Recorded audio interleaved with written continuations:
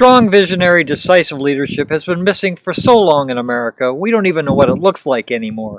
Arrogance and charisma are not the same as leadership. George W. Bush was as arrogant as they come, and Barack Obama has charisma coming out of his butt. But both of them represent terrible ideas, a disdain for democracy, and a complete disregard for the will of the American people. Here's what I think. A strong leader doesn't lie to his supporters out of convenience or for his own political gain, or make mincemeat out of the facts because he thinks he personally knows what's best for the country. He respects us and is truthful, even when the truth is worrisome or painful. A strong leader takes sometimes controversial stands on difficult issues out of conviction.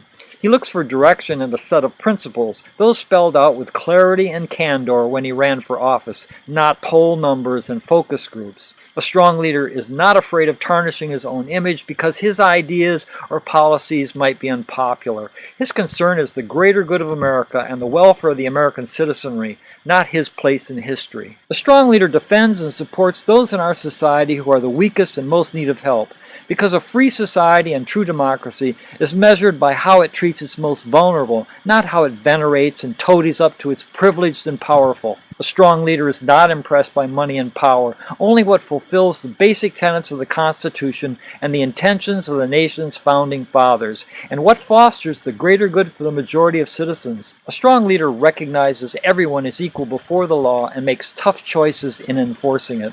A strong leader cannot be bought or influenced by the rich and powerful, and remains loyal to the majority of Americans who entrust him with the responsibilities of his powerful position. A strong, visionary, decisive leader offers big solutions to big problems. If the car is broke, he fixes or replaces it. He doesn't just shine the hubcaps and claim he's doing all he can, or worse, claim that shiny hubcaps will get the car running again in top form. There are more, but what I've outlined constitutes a good start in defining leadership. I personally believe Mr. Obama and the House and Senate leadership, both Democrat and Republican, fail on all counts. I don't know what other conclusion you could draw after watching the fiascos and tragic blunders of the recent past. We have big problems in America. They are almost incomprehensibly big.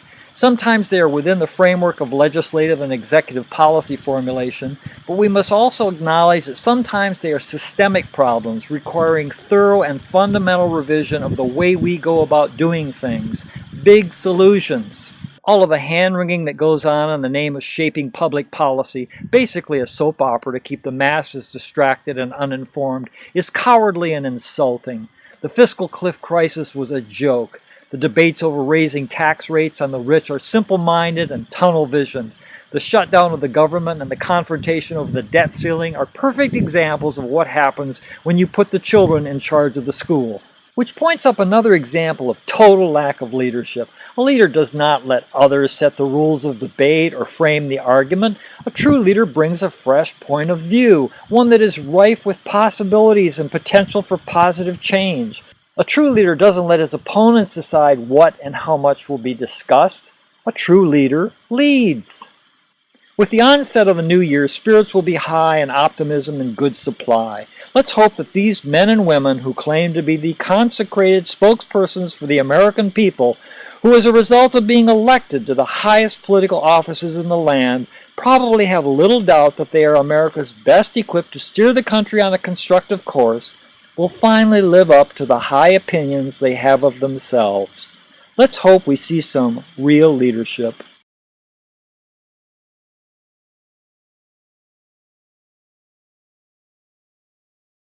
That's it for today. Peace.